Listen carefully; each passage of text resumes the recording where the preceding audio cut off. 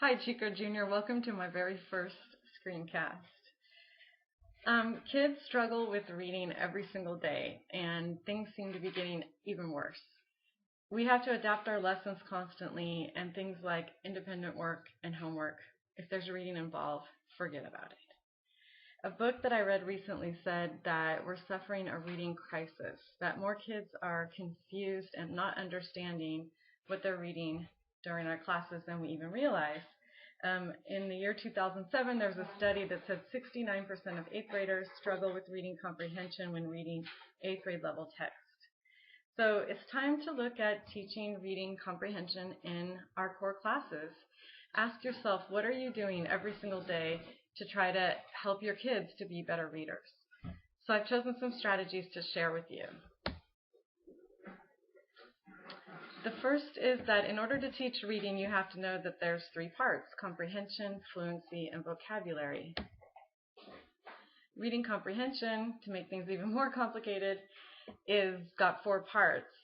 You need to teach kids, instead of just saying, I'm going to try to help my kids understand their reading better, you have to train them to use these strategies. Clarify, question, summarize, and predict. But the good news is we're already doing all this stuff anyway, so there's nothing new here. So my first strategy for reading comprehension is clarify. And I read a book, and I've been working with this for a long time, and I decided to choose just 3 strategies that I think are perfect for Chico Jr. because they're things that are simple and, like I said, things we already do. So my clarify strategies are skip it, replace it, and root it out. And I'm going to just talk about root it out, meaning just remind kids about finding the roots inside of words. Like a math teacher might be reading a word problem aloud to his students and sees the word equiangular and just tells them that that word is made up of 2 words, equal and angular. Sometimes, I know we're already doing this, but sometimes we forget the more simple words. Like the other day, my students were struggling with the word heroic. It seemed easy to me to see the word hero inside, but until I mentioned that, they didn't really notice it. Anyway, root it out. Okay, the next strategy is questioning. You need to be teaching your kids how to ask questions. Without practice, they don't do so well with this. So my 3 strategies are Cornell notes, study guides with flashcards, and games. So I'd like to talk about study guides with flashcards. It's pretty obvious we're already using study guides all the time. Your study guides might say something like, Japan has 20% farmland because it is very mountainous. So you have this list of facts and information. You just have your kids, you give them flashcards, and you have them write each fact into a question.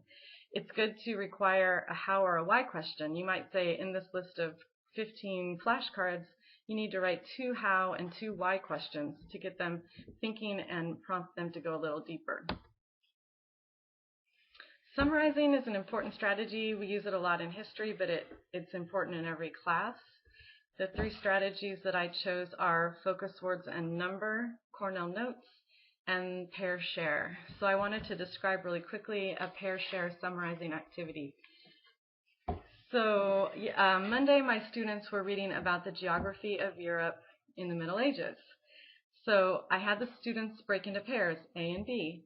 Partner A had to read a section, and the focus words that they had to use, what they have to do is read a section and then write a summary. So I gave them focus words. For group A, I said your focus words are the fall of Rome, kingdoms, rivers, seas, and mountains.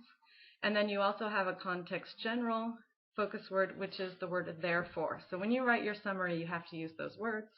Partner B is going to read also the theme of geography of Europe, but you're going to read about the Germanic kingdoms. You have to use the words Germanic kingdoms, fall of Rome, Franks, Anglo-Saxons, and your general word is furthermore.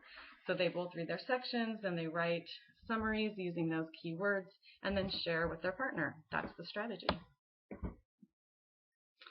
Predict is the final reading comprehension strategy, and I just feel like we already do this a lot. You know when and how to bring it in. Okay, so that brings us to the last 2 sections. Remember, reading is reading comprehension. All of that was reading comprehension. Now I want to talk about vocabulary. And So 3 strategies for Chico Jr. Don't forget the content general, concept maps, and games. I dedicate 1 day a week to vocabulary in my class, and I think that's a really good idea because that vocabulary is just so important. So I want to talk about content general and content specific. Is we tend to be really good with the content specific. Like if you are in a science lesson about cell division, you need to teach your kids the words prophase, anaphase, meiosis, and mitosis. But we forget sometimes the content general, like identify, conservation, significant, although, and they really need those academic words in order to further their academic language and writing. Also, there's just tons of vocabulary games out there that are pretty fun to do. And the final slide is on fluency. I hadn't thought a lot about this before I read this book recently. Fluency is really important, and when kids read aloud, they struggle, and they just need to practice it. So teachers should be modeling and reading aloud a lot, not for long chapters, but for chunks, smaller sections. Instead of doing round-robin reading, you might just hold name cards, have your kids read a section, and then ask a question that relates to the section and pull a card.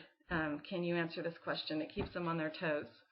Partner reads are great, just a good practice for reading aloud, and then remember to tell your students to read the periods.